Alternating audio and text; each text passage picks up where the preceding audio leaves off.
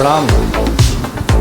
दिनांक 31 तारीख को विंध्याचल अष्टभुजा गोपालपुर टोल प्लाजा पर जो घटना घटित हुई उसको लेके जिस तरीके से 30 सेकंड के क्लिप को चलाकर मुझे और मेरे परिवार को बदनाम किया जा रहा है, उसके पीछे की पूरी साजिश और पूरी एक छोटी सी कहानी है, उसको आप लोगों के बीच में रखना चाहता हूं।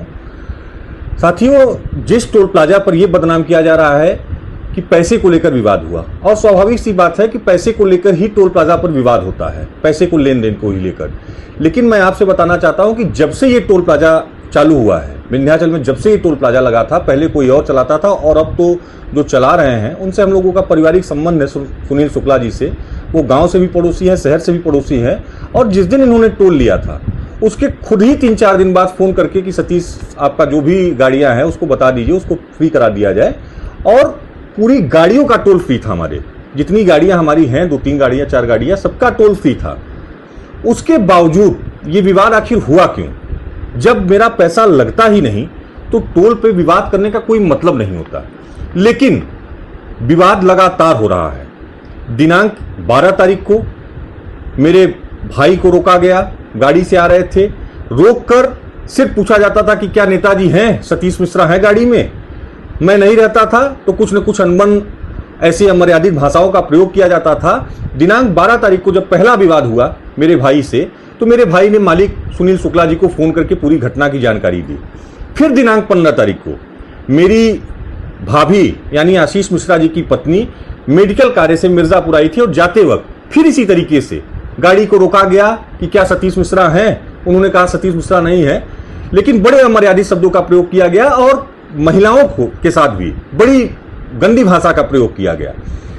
फिर उसके बाद 28 तारीख को मेरे बड़े भाई मनीष मिश्रा उसी टोल प्लाजा से जा रहे थे।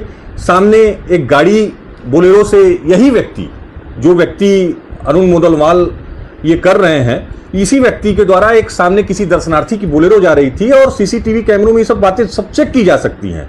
मैं कोई अगर गलत बोल रहा हूं तो वहां सीसीटीवी कैमरा लगा हुआ है। मैं प्रशासन से मांग करता हूं कि सारी बातों को चेक कर लीजिए। वहां एक बोलेरो में दर्शनार्थियों से इस व्यक्ति ने 15 मिनट तक गलत लड़ाई झगड़ा करते हुए मतलब उसको रोके रखा था, जबकि नियम है कि टोल प्लाजा पे गाड़ियों का 2 मिनट 3 मिनट से ऊपर नहीं रोक सकते हैं। उसके पीछे मेरे बड़े भाई मनीष मिश्रा जी की गाड़ी थी और उन्होंने मात्र 2-3 बार हॉर्न बजा दिया।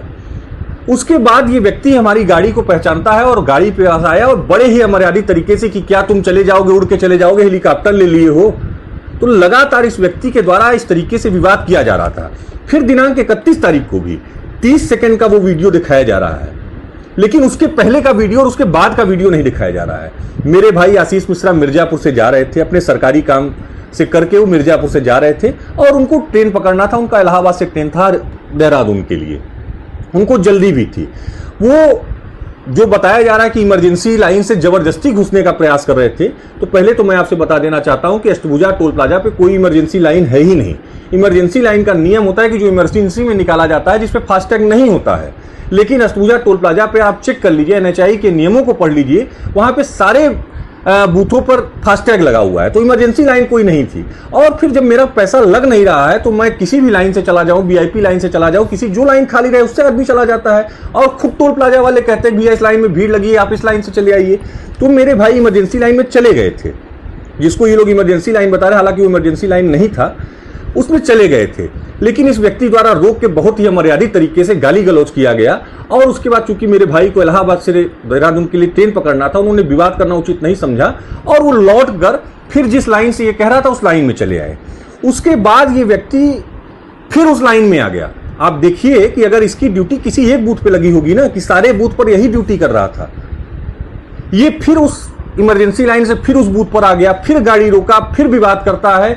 फिर मेरे भाई, जब चीजें मर्यादा के खिलाफ होती हैं, मेरे भाई उतरते हैं और सुनील शुक्ला जी जो मालिक है उनको फोन लगाते हैं। आप देखिए कि वो फोन पे बात कर रहे हैं, लेकिन फिर ये बूथ से उनके पास चला जाता है और बड़े ही घटिया शब्दों में इसने जो शब्दों का प्रयोग किया, शायद वो वीडियो में बताने लायक भी नहीं है।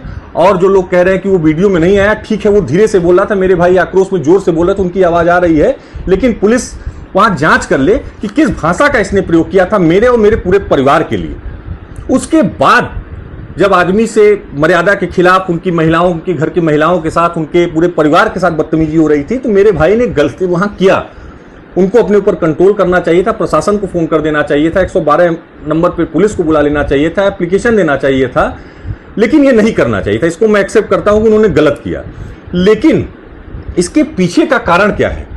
आखिर क्यों ये व्यक्ति बार बार विवाद कर रहा है? और ये अरुण कुमार मोदनवाल, जिसको कर्मचारी बताया जा रहा है टोल प्लाजा पर, जो अपने आप को कर्मचारी बता रहा है, तो नियम होता है एनएचआई का, मैं उस नियम को भी आप सबको दे दूंगा, आप सबके माध्यम से शेयर करूंगा।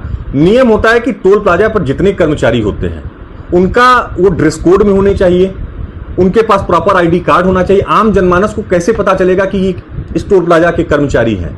उनका एनएचआई में टोल प्लाजा से जो कर्मचारियों की लिस्ट जाती है उसमें लिस्ट में नाम होना चाहिए, उस लिस्ट में उनका कोई नाम नहीं है उस कर्मचारियों की लिस्ट में। इनका बाकायदा श्रम विभाग में पीएफ और ईएसआईसी में रजिस्ट्रेशन होना चाहिए, वो नहीं है। ड्यूटी करने वाले व्यक्ति का, प्रत्येक व्यक्ति का पुलिस वेरिफिकेशन होना चाहिए, थाने से इनका पुलिस वेरिफिकेशन नहीं है। तो कैसे मान लिया जाए कि ये कर्मचारी हैं? ये गुंडई करने वाले लोग कर्मचारी हैं वहां पर, लगातार जो गुंडई कर रहा है। जब मालिक ही टोल फ्री किया हुआ है मेरी गाड़ियों को, तो ये क्यों रोक के बार बार कर रहा है? मैं इन्हीं सब चीजों से इस घटना के बाद लगातार ये परेशान था कि आखिर क्यों ये व्यक्ति, जिससे मेरा कोई मतलब नहीं है, मेरे गांव का बगल का व्यक्ति है, उसका मेरा कोई न राजनैतिक, न कोई अगल बगल खेती बाड़ी है, न कोई अगल बगल जमीनों का विवाद है, कि क्यों ये व्यक्ति बार बार विवाद कर रहा है? तो जो साथियों सच आया है वो बेहद चौंकाने वाला सच है। इस व्यक्ति के पीछे जिस तरीके से अभी हाल फिलहाल में एक अधिवक्ता और देवरी ग्राम सभा के प्रधान रिंटू सिंह की हत्या करा दी गई, एक बहुत ही सामान्य से व्यक्ति से, उसी तरीके से ये साजिश रची जा रही थी टोल प्लाजा पर। चूंकि वही एकमात्र रास्ता है, वहां मेरी रेकी चल रही थी पिछले कई दिनों से, मैंने जब पता किया। और इसके पीछे इस बेहद, ये एक नशीला व्यक्ति है, ये नशा करता हुआ है, ये सब जानते हैं, वहां की प्रशासन भी जानती है, एसओ साहब भी जानते हैं कि परमानेंट नशा में डूबे हुए व्यक्ति है। और इसीलिए मैं घटना के तुरंत एक दिन बाद थाने भी गया था कि इस व्यक्ति का सिर्फ मेडिकल करा लीजिए तो सच आ जाएगा सामने। लेकिन वो व्यक्ति उस दिन में 5 घंटे थाने बैठा रह गया। एसओ साहब ने फोन भी किया, लेकिन वो व्यक्ति नहीं आया, क्योंकि वो जान चुका था कि मेरा मेडिकल हो जाएगा। और कल जाकर इसने एफआईआर कराया 48 घंटे बाद, ताकि मेडिकल में कुछ भी ना आए। ये बहुत ही सुनियोजित और सोची समझी साजिश के तहत ये मेरे और मेरे परिवारजनों को फंसाने के लिए और मेरे परिवारजनों को किसी अनहोनी में डालने के लिए, मेरी हत्या कराने की प्रयास से ये सब किया जा रहा है। मैं प्रशासन से मांग करता हूं कि इसकी जांच कर ले, इसके पीछे कौन लोग हैं। और